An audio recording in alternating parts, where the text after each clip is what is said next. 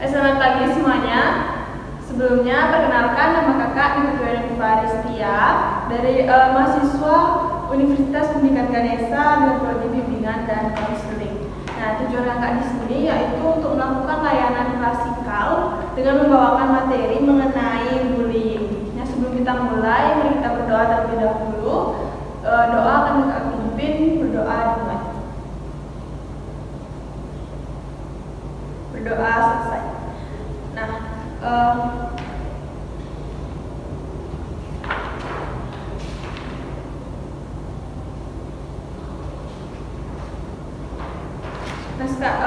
selanjutnya kakak akan menjelaskan materi mengenai bullying. Pastinya kalian sudah tidak awam lagi dengan kata bullying. Nah, di mana bullying adalah tindakan penyalahgunaan kekuasaan atau kekuatan yang dilakukan secara sengaja untuk menyakiti, menindas, atau mendominasi individu lain yang dianggap lebih lemah.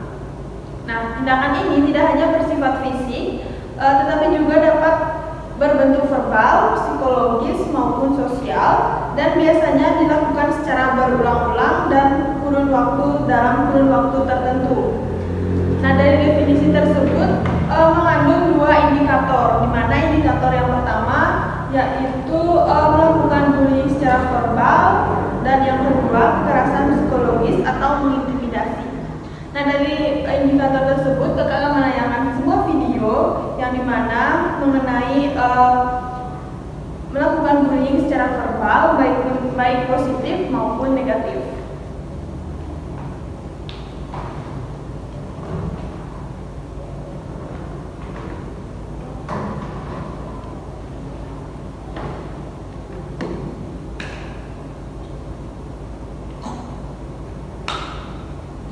Silakan disimak mengenai video dari indikator yang sudah kakak sebutkan tadi.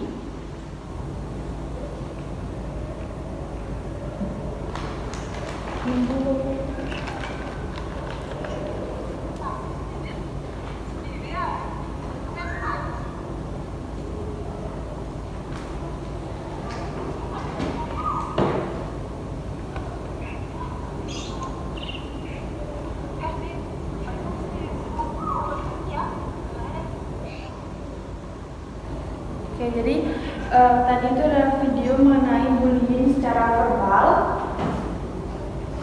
di mana bullying secara verbal adalah bentuk perundungan yang dilakukan melalui kata-kata dengan tujuan menyakiti, merendahkan, atau mengintimidasi orang lain. Nah, tindakan ini bisa berupa menghina, mengejek, memaki, memberi julukan negatif, mengancam, atau menyebarkan gosip secara lisan. Nah, bullying verbal ini seringkali berdampak pada kondisi emosional dan psikologis korban, seperti menurunnya rasa percaya diri, stres, atau bahkan depresi, meskipun tidak melibatkan kekerasan fisik. Nah, indikator yang kedua yaitu kekerasan psikologis, dan kakak akan menayangkan sebuah video mengenai kekerasan psikologis.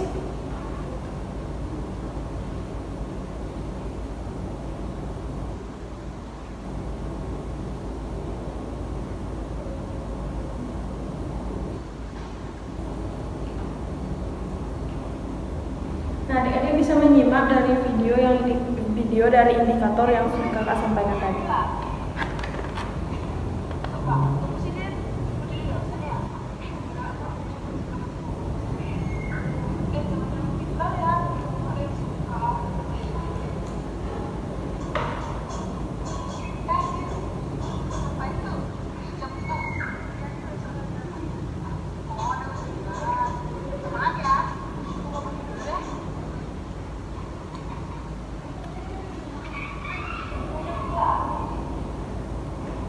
Itu tadi video dari indikator yang kedua yaitu kekerasan psikologis atau mengintimidasi. Nah, kekerasan psikologis atau mengintimidasi adalah tindakan yang dilakukan untuk menakut-nakuti, mengontrol, atau melemahkan mental dan emosional seseorang melalui ancaman, tekanan, atau perlakuan yang menimbulkan rasa takut, cemas, atau tidak berdaya. Nah, bentuk intimidasi ini bisa berupa ancaman verbal, mempermalukan di depan orang lain, menyalahkan terus-menerus, memanipulasi perasaan, atau menciptakan ketergantungan emosional. Nah, kekerasan psikologis ini dapat berdampak serius terhadap kesehatan mental, seperti munculnya stres berkepanjangan, gangguan kecemasan, atau depresi. Untuk selanjutnya, akan menyampaikan mengenai contoh-contoh dari bullying.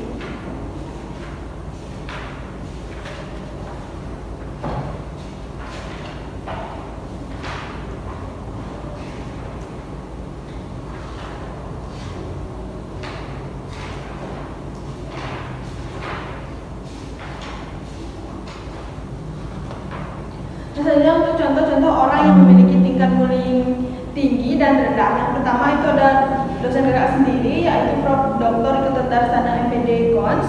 Beliau adalah dosen pada program studi bimbingan dan konseling jurusan Ilmu Pendidikan, Psikologi dan Bimbingan, Fakultas Ilmu Pendidikan, Universitas Pendidikan Ganesha. Nah, dalam perjalanan akademiknya, beliau dikenal memiliki tingkat bullying yang rendah, yang tercermin melalui perilaku interpersonal yang etis, empatik, serta kemampuan menciptakan interaksi sosial yang sehat dan saling menghargai. Nah, sikap tersebut menjadi salah satu faktor yang turut mendukung keberhasilan beliau dalam membangun reputasi yang baik. Nah, selanjutnya, contoh orang yang memiliki tingkat bullying tinggi, yaitu seseorang yang memiliki tingkat bullying tinggi menunjukkan pemahaman yang rendah tentang dampak bullying, serta cenderung membenarkan tindakan intimidatif. Nah, ciri-cirinya itu yang pertama, sering mengejek dan merendahkan teman secara verbal, baik langsung maupun melalui media sosial. Nah, yang kedua, terlibat dalam tindakan fisik, seperti mendorong, menendang, atau menjambak teman. Yang ketiga, mengintimidasi teman yang dianggap lebih lemah, baik secara individu maupun bersama kelompok. Dan yang keempat, menunjukkan kurangnya empati terhadap korban dan menganggap bullying sebagai lelucon. Nah, dari apa yang kakak jelaskan, adik-adik ada yang ingin ditanyakan atau ada yang kurang paham mengenai apa yang sudah kakak sampaikan tadi? Tidak, Kak. Baik, kalau tidak, selanjutnya kakak akan membagikan kuesioner yang untuk kalian jawab.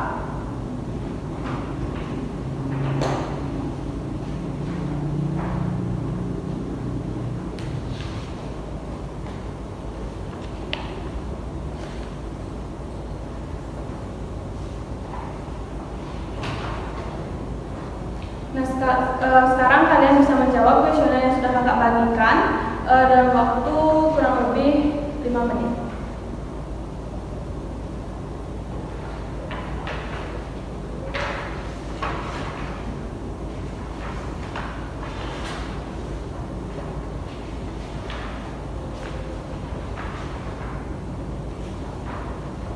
Oke, sudah?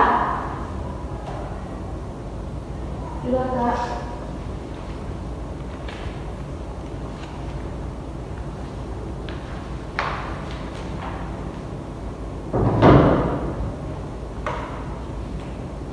Baik, selanjutnya kakak akan melakukan sesi layanan bimbingan kelompok dan bimbingan konseling individu dan konseling kelompok. Untuk layanan selanjutnya yaitu mengenai layanan bimbingan kelompok akan diikuti oleh 10 orang. Nanti kakak akan panggil namanya. Itu yang pertama, Yohana Patricia, Mei Aryani, Vicky Rinanta, Cynthia Firdayanti, Tika Suri, Tia Rusita, dan Murtiasi.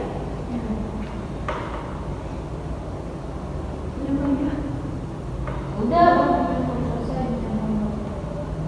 Selain nama-nama yang kakak sebutkan tadi, yang lainnya bisa diam di tempat terlebih dahulu dan tidak berisik.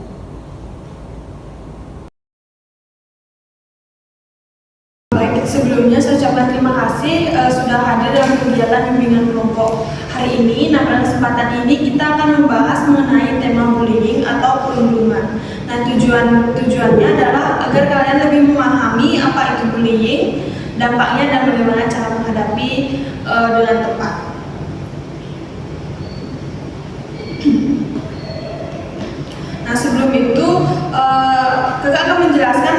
itu bullying? Nah, jadi bullying adalah tindakan penyalahgunaan kekuasaan atau kekuatan yang dilakukan secara sengaja atau menyakiti, menindas atau mendominasi individu lain yang dianggap lebih lemah. Nah, tindakan ini tidak hanya bersifat fisik, tetapi juga berbentuk verbal, psikologis maupun sosial, dan biasanya dilakukan secara berulang-ulang dalam kurun waktu tertentu.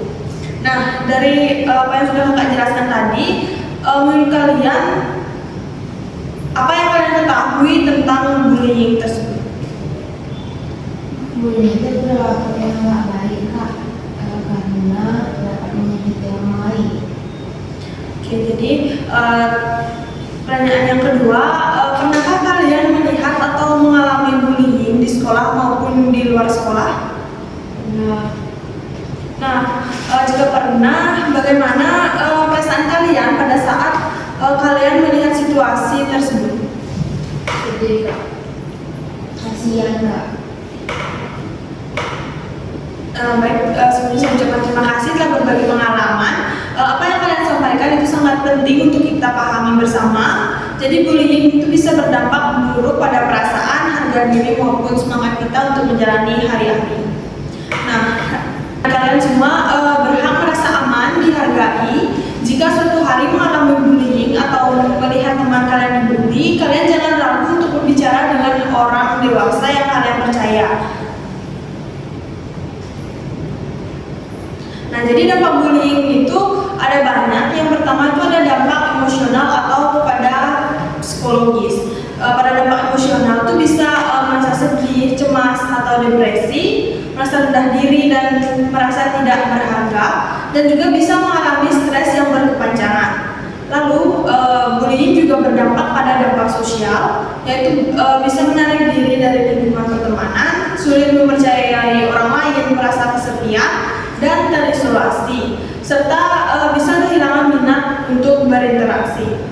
Selanjutnya pada bullying juga berdampak pada akademik, yaitu bisa menurunnya konsentrasi belajar, prestasi akademik yang menurun, serta enggan atau takut datang ke sekolah karena sering mengalami bully. Lalu pada dampak fisik bisa saja kalian bisa seperti nafsu makan kalian itu bisa menurun. Dalam kasus bullying itu biasanya pada bullying fisik itu kalian bisa mengalami luka, memar ataupun cedera.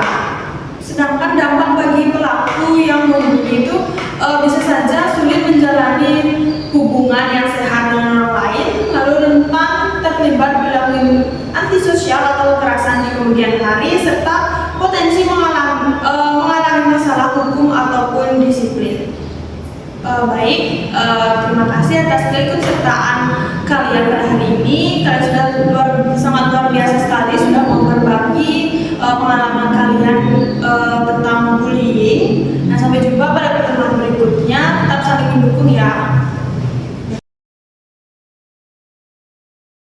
Baik, terima kasih Yohana sudah mau mengikuti konseling individu pada hari ini. Nah, di sini Yohana bisa berbicara atau menceritakan perasaan Yohana itu bagaimana. Nah, jangan takut untuk bercerita ya. Nah, pada sesi konseling individu ini terdapat asas kerahasiaan. Nah, di mana cerita Yohana nanti tidak akan disebarluaskan ke siapapun.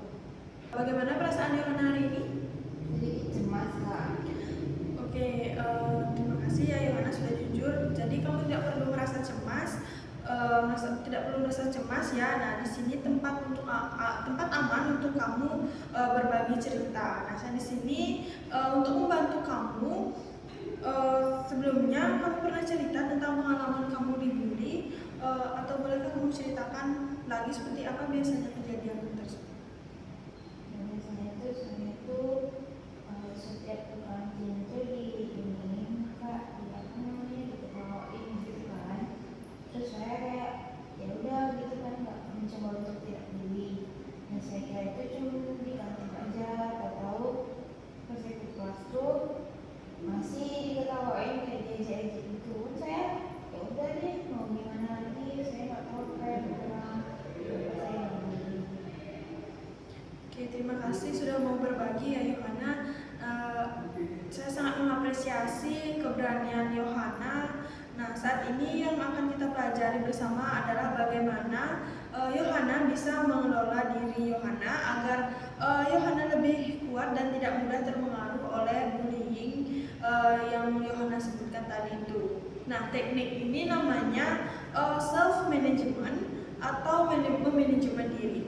Nah, jadi self management itu artinya Yohana belajar mengenali perasaan dan pikiran Yohana, lalu mengendalikannya supaya Yohana bisa bertindak dengan cara yang positif. Nah, mari kita coba langkah yang pertama. Nah, coba Yohana sebutkan saat kamu dibully, apa yang biasanya Yohana rasakan. Sedih, ibu, kesal, juga.